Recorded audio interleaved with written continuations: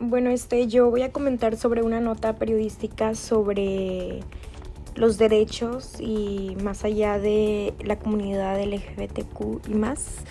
Bueno, dicen, todo el mundo se agrede a gente por ser quien es. Vivir como persona lesbiana, gay, bisexual, transgénero o intersexual puede suponer un riesgo vital en varios países del mundo. Para las personas cuya vida no corren un peligro inminente a diario, pero sufren discriminación por motivos de su orientación sexual, identidad y expresión de género y características sexuales, los efectos sobre el bienestar físico, mental y emocional pueden ser devastadores. La discriminación y la violencia contra las personas LGBT pueden manifestarse de muchas formas, desde los insultos, el acoso, el hostigamiento y la violencia de género hasta la denigración de un empleo o de la atención sanitaria adecuada. Las propuestas para defender los derechos de las personas LGBT tienen su objeto de represión en todo el mundo.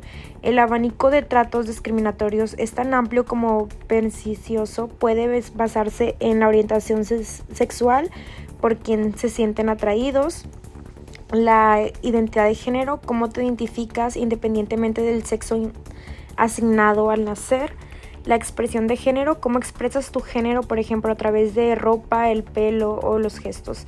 Las características sexuales, por ejemplo, los genitales, los cromosomas, órganos reproductivos o niveles hormonales. ¿Qué significa ser LGBT? El término LGBT hace referencia a una amplia categoría de personas incluidas, lo que se identifican como lesbianas, gays, bisexual, transgénero o intersexuales. Aunque reconocemos que en todo el mundo las personas utilizan muchos términos para definir su orientación sexual o su identidad de género, la terminología puede variar ampliamente en función del contexto histórico y social y cultural. El derecho internacional de los derechos humanos establece claramente que los estados deben tomar medidas para salvaguardar los derechos de las personas LGBT. Identidad de género y orientación sexual. Dice, la identidad de género hace referencia a la vivencia interna individual del género que puede o no coincidir con el sexo que le asignó al nacer. La identidad de género de una persona puede ser masculina, femenina o de un género ajeno a las categorías masculinas y femeninas binarias. También puede ser de más de un género fluido entre los géneros o no tener género alguno. La orientación sexual se refiere a la capacidad de una persona de sentir una profunda atracción emocional, efectiva y sexual hacia otras personas y tener relaciones sexuales íntimas con ellas. Las personas experimentan la atracción sexual y romántica de forma diferente y pueden sentirse atraídas hacia personas que sean de género diferente al suyo o de su mismo género. Algunas personas son asexuales, es decir, experimentan poco o ninguna atracción sexual. Bueno, yo les voy a decir un significado de lo que es transgénero. El término transgénero o trans alude a las personas cuya identidad de género no se ajustan a las expectativas convencionales relativas del género y al sexo al que les asignó al nacer.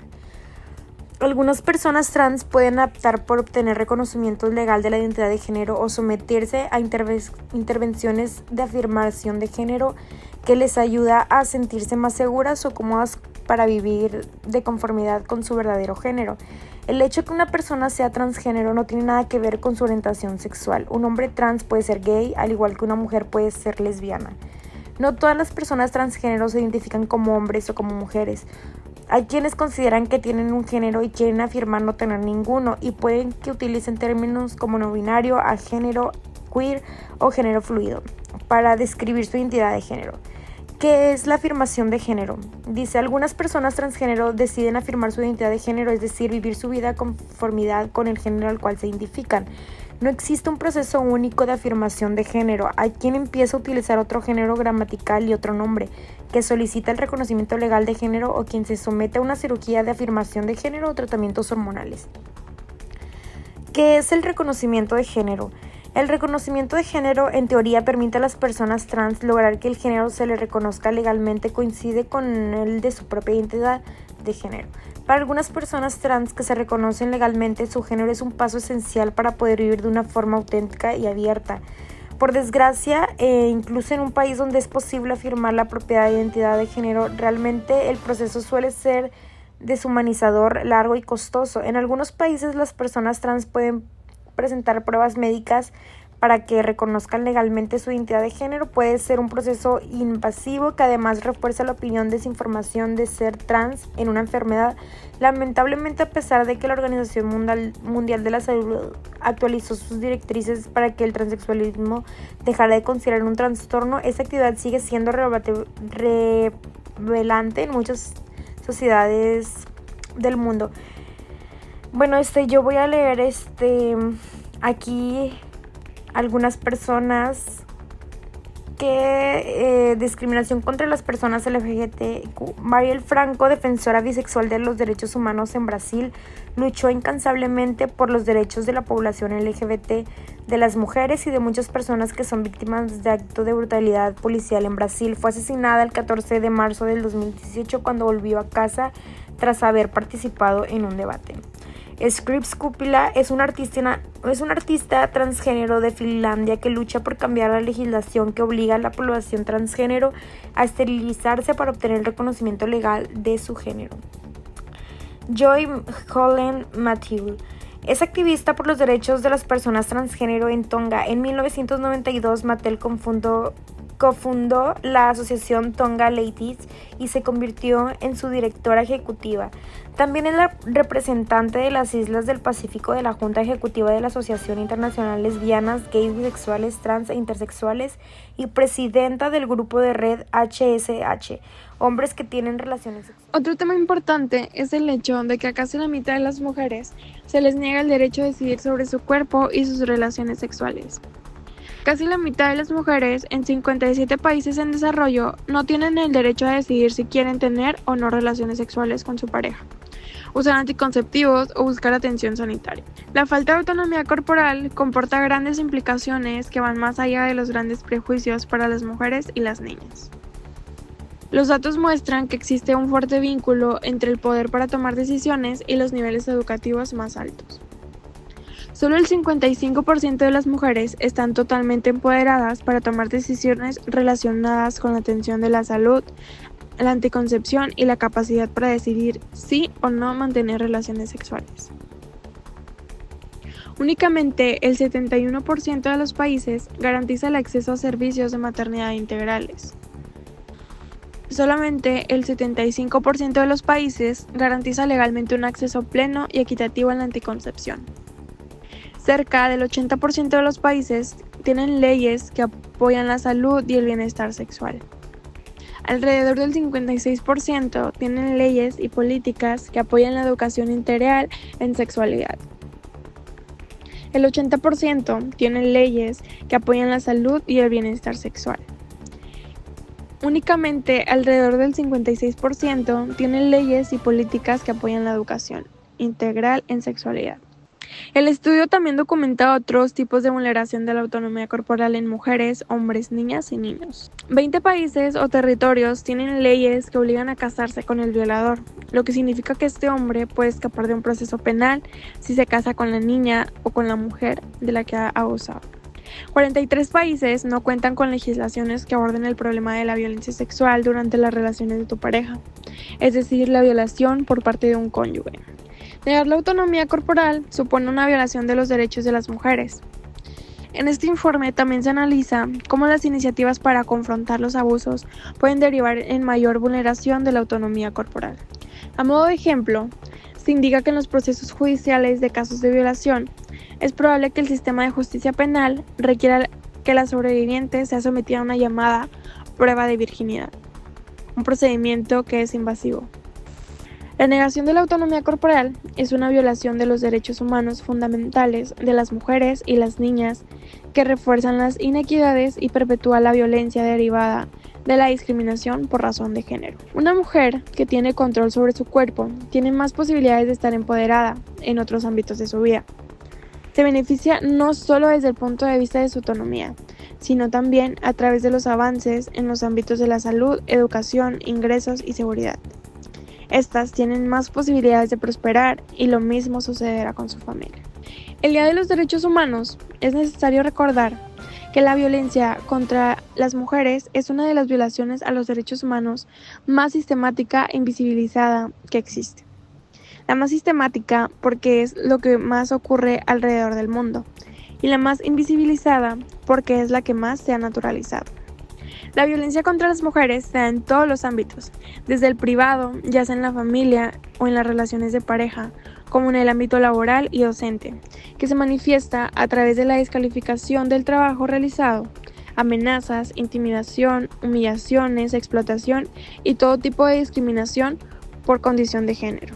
Otra modalidad de la violencia incluye también la violencia dentro de la comunidad, la cual se da mediante actos individuales o colectivos que transgreden derechos fundamentales de las mujeres y propician su denigración, discriminación, marginación o exclusión en el ámbito público.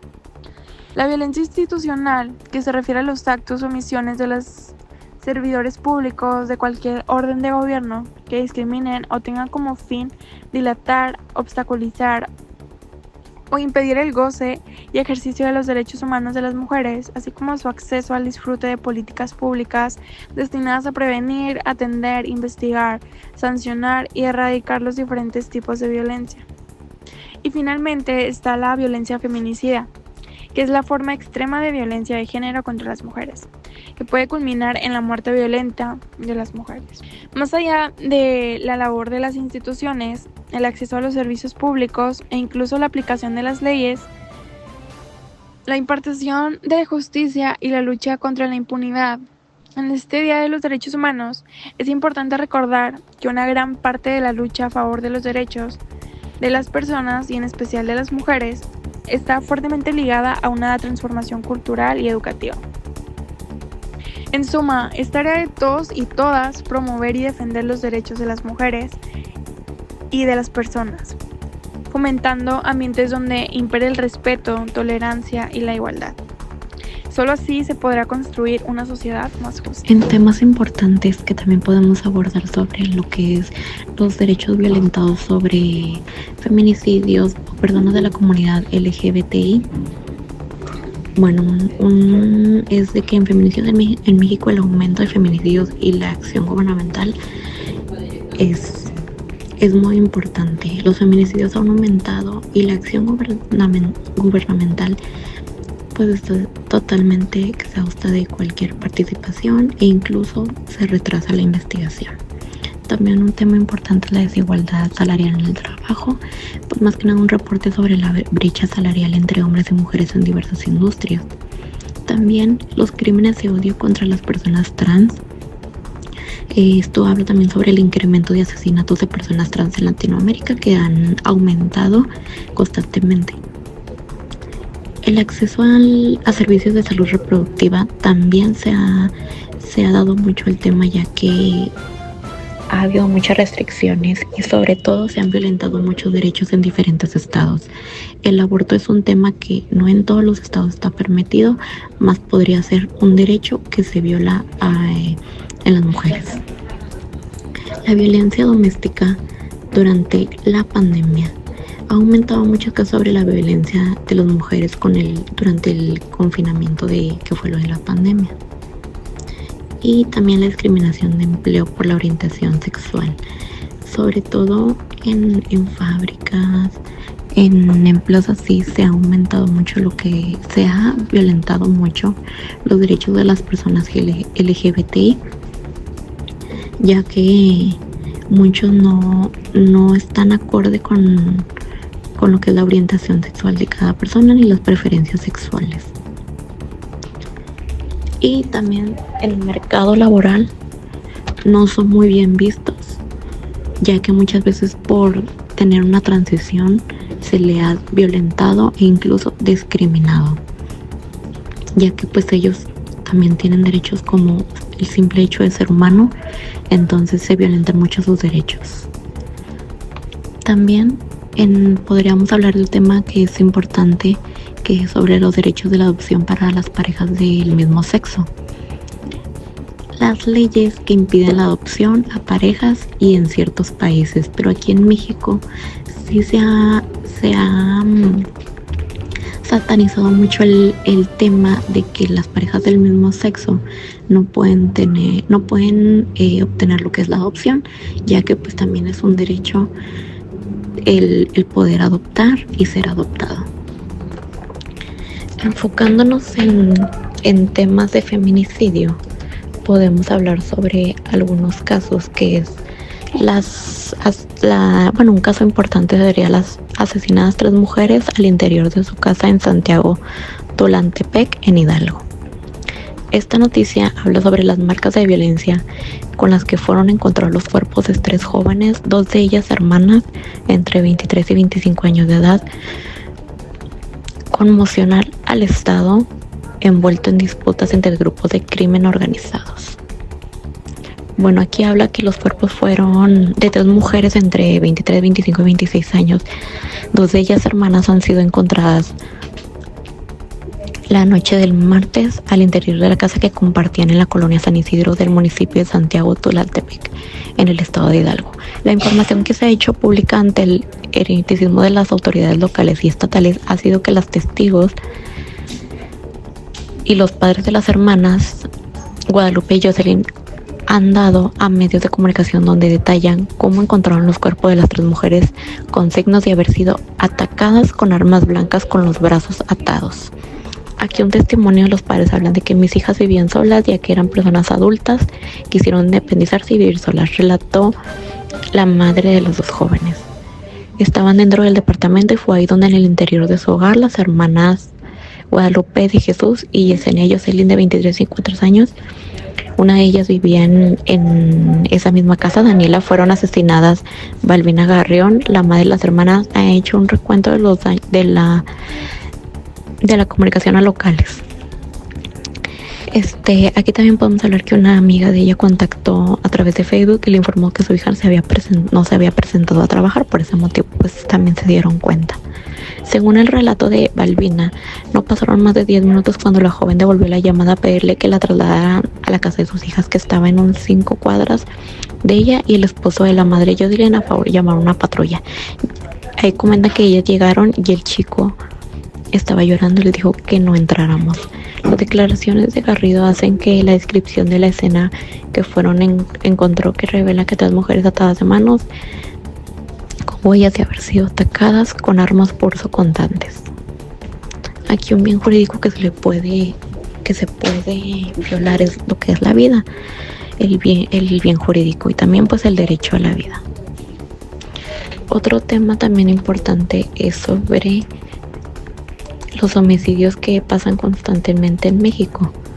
Uno de ellos muy mencionado, lo que es en Tijuana, sobre un bar, un Didi, 4 días de búsqueda en los últimos momentos de Paola Andrea Bañuelos. Fue un tema muy mencionado por las autoridades, ya que la joven no se encontraba por 4 días. Bueno, aquí habla que también Paola Andrea Bañuelos Flores, de 23 años, tenía 4 días desaparecida, hasta que la mañana del jueves su cuerpo fue encontrado en un terreno a las afueras de Mexicali, en Baja California, a 20 kilómetros de distancia del lugar que se subió un automóvil de la aplicación de Didi. La madrugada del lunes 8 de julio, por los esfuerzos de la familia y amigos, se movilizaron rápidamente para buscarla. La Fiscalía del Estado ha confirmado este viernes que Paola Bañuelos fue estrangulada, al punto donde se confirmó el hallazgo del jueves. El presunto atacante, el conductor del que se subió por última vez, un hombre de 24 años originario de Sonora, permanecía prófugo y se ha encontrado a las autoridades de esta entidad la tarde de este jueves en Ciudad Obregón. Momentos antes de ingresar a la fiscalía, el joven aseguró entre la cámara de reportero local que había salido de Mexicali por miedo.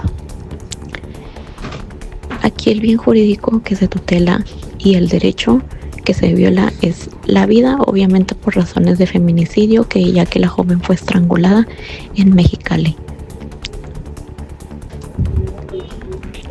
También hablan de otros temas importantes que podemos comentar. Es que fue hallado el cadáver de la joven ciudadana colombiana en un departamento en la Ciudad de México. Esta mujer realizaba videos en TikTok y actualmente trabajaba en el Poder Judicial.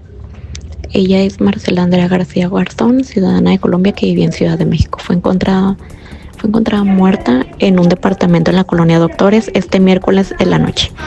A ella también la asesinaron, tenía huellas de violencia y la fiscalía comenta hipótesis que fue asesinada ese mismo día. El bien jurídico también que se tutela es la vida. El derecho violentado es el derecho a la vida y privación de libertad. La fiscalía comentó varias hipótesis, pero todas coinciden en que ella fue asesinada.